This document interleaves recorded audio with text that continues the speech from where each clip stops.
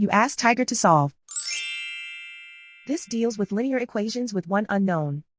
The final result is x equals -40. Let's solve it step by step. Simplify the expression.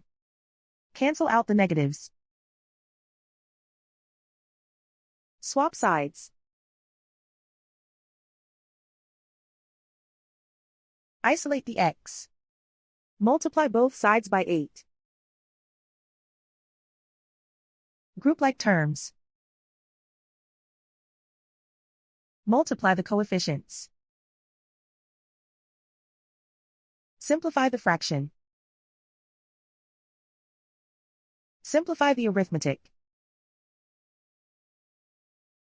And so the final result is x equals -40.